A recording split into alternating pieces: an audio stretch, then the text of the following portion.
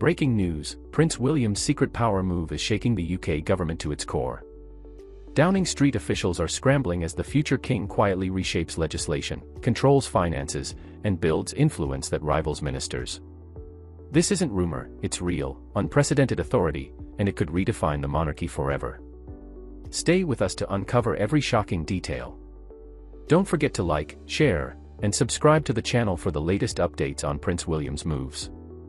Most people have no idea that Prince William wields a power few in the UK fully grasp: Prince's consent. This isn't ceremonial fluff. It's a legal mechanism that allows him to review certain legislation before it even reaches Parliament. Bills that touch on his personal estate, the Duchy of Cornwall, or broader areas like land management, housing, and energy policy land on his desk first. He can scrutinize, question, and even suggest revisions, long before MPs take sides or the public hears a word. Government insiders report that what used to be routine approvals now feel like tense negotiations. A simple note from Kensington Palace can delay a proposal, redirect its focus, or quietly reshape it without ever making headlines. His shadow team functions like a startup, nimble and responsive, while traditional structures lumber along. By combining resources, expertise, and strategic vision, William has built an operational engine capable of moving faster than Britain's elected government. The implications are enormous: a prince operating with speed, autonomy, and influence, quietly redefining the balance of power, and leaving ministers scrambling to keep up with someone who holds both authority and the trust of the public. Prince William's influence isn't just political, it's financial, and that's what truly terrifies ministers. At the heart of this power is the Duchy of Cornwall, a £1 billion corporate empire spanning 130,000 acres across England. This isn't a quaint countryside estate, it's a self-sustaining machine generating over £23 million a year in income, derived from residential projects, commercial hubs, coastline management, and even land beneath government facilities. Every pound flows directly into William's personal coffers, free from public budgets or parliamentary oversight. In practical terms, this financial independence gives him unparalleled leverage. He can fund initiatives, back environmental projects, or launch global campaigns without waiting for government approval.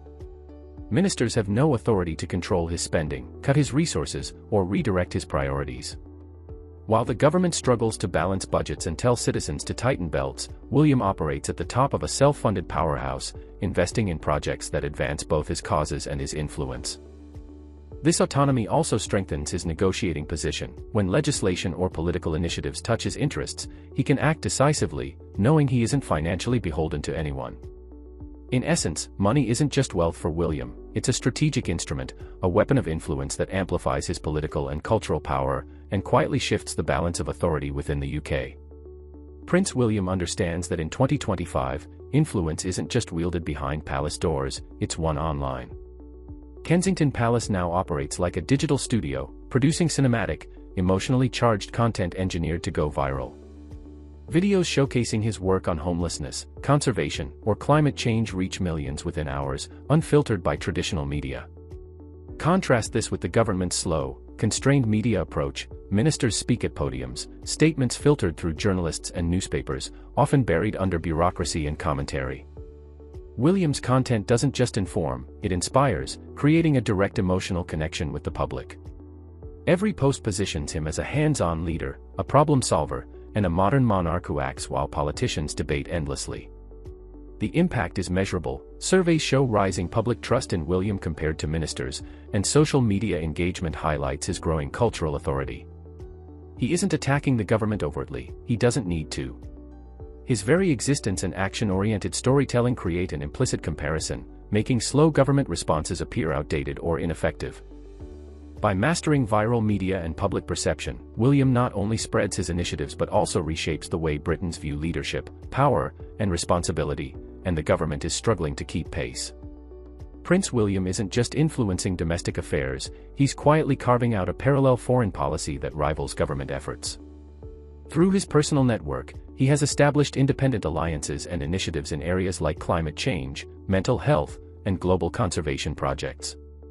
While the Prime Minister is tied down by committees, negotiations, and political cycles, William acts swiftly, engaging directly with world leaders, international organizations, and billionaire philanthropists. The result?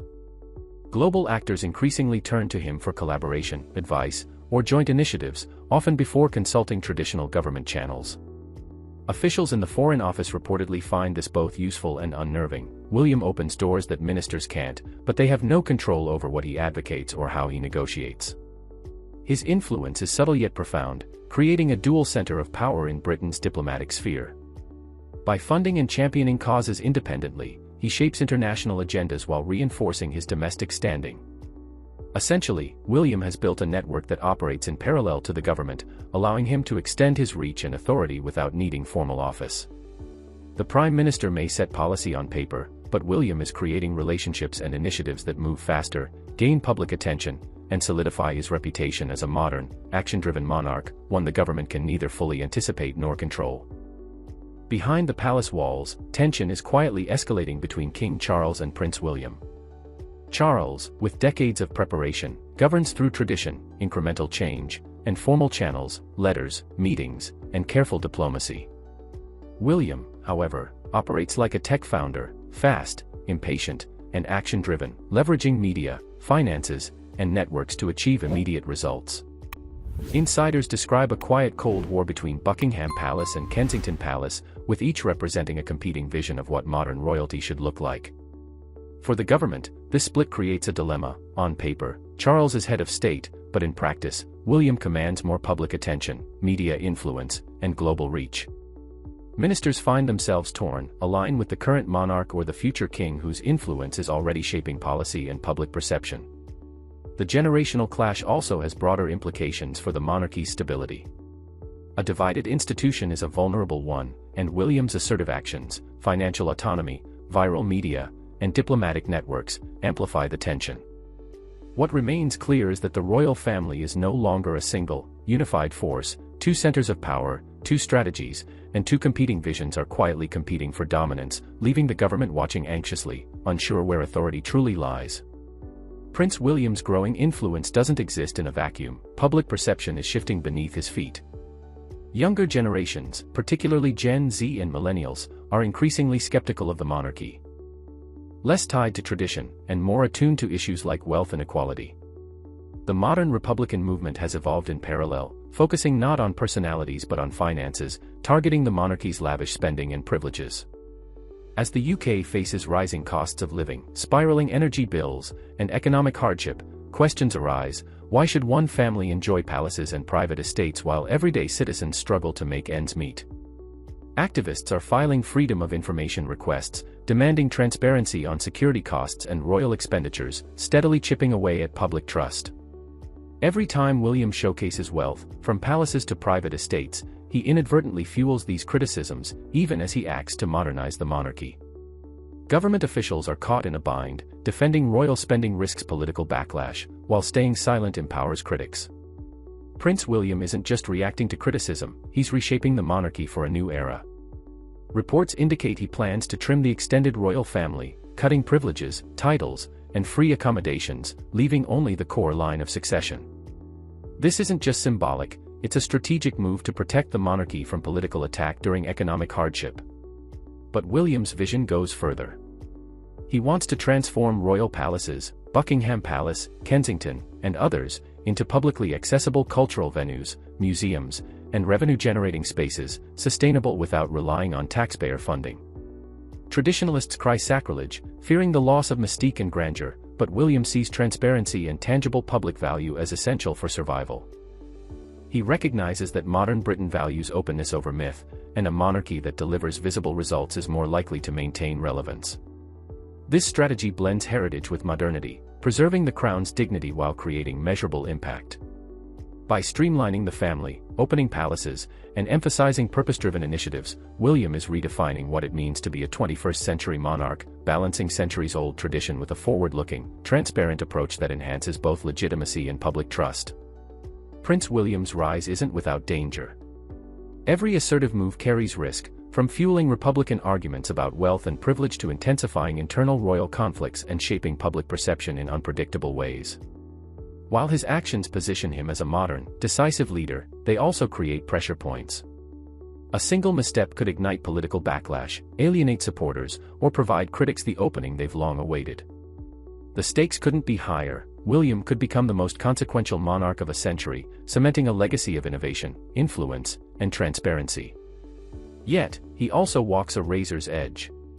Push too far, and he risks destabilizing an institution that has endured for 1,000 years. Balancing power, public perception, and tradition is a delicate act, requiring foresight, patience, and an acute sense of timing. Insiders emphasize that this tension defines William's current strategy. He recognizes that modern Britain values openness over myth, and a monarchy that delivers visible results is more likely to maintain relevance. This strategy blends heritage with modernity, preserving the crown's dignity while creating measurable impact. By streamlining the family, opening palaces, and emphasizing purpose-driven initiatives, William is redefining what it means to be a 21st-century monarch, balancing centuries-old tradition with a forward-looking, transparent approach that enhances both legitimacy and public trust. Prince William's rise isn't without danger. Every assertive move carries risk, from fueling Republican arguments about wealth and privilege to intensifying internal royal conflicts and shaping public perception in unpredictable ways. While his actions position him as a modern, decisive leader, they also create pressure points. A single misstep could ignite political backlash, alienate supporters, or provide critics the opening they've long awaited. The stakes couldn't be higher. William could become the most consequential monarch of a century, cementing a legacy of innovation, influence, and transparency. Yet, he also walks a razor's edge. Push too far, and he risks destabilizing an institution that has endured for 1,000 years. Balancing power, public perception, and tradition is a delicate act, requiring foresight, patience, and an acute sense of timing. Insiders emphasize that this tension defines William's current strategy. A careful orchestration of influence that simultaneously modernizes the monarchy while mitigating exposure to political attacks. Ministers, public critics, and even royal family members are watching closely, aware that each decision could have long-term consequences. In this high-stakes environment, William is proving that leadership isn't about titles or ceremony, it's about calculated risk, strategic vision, and the courage to redefine power in real time.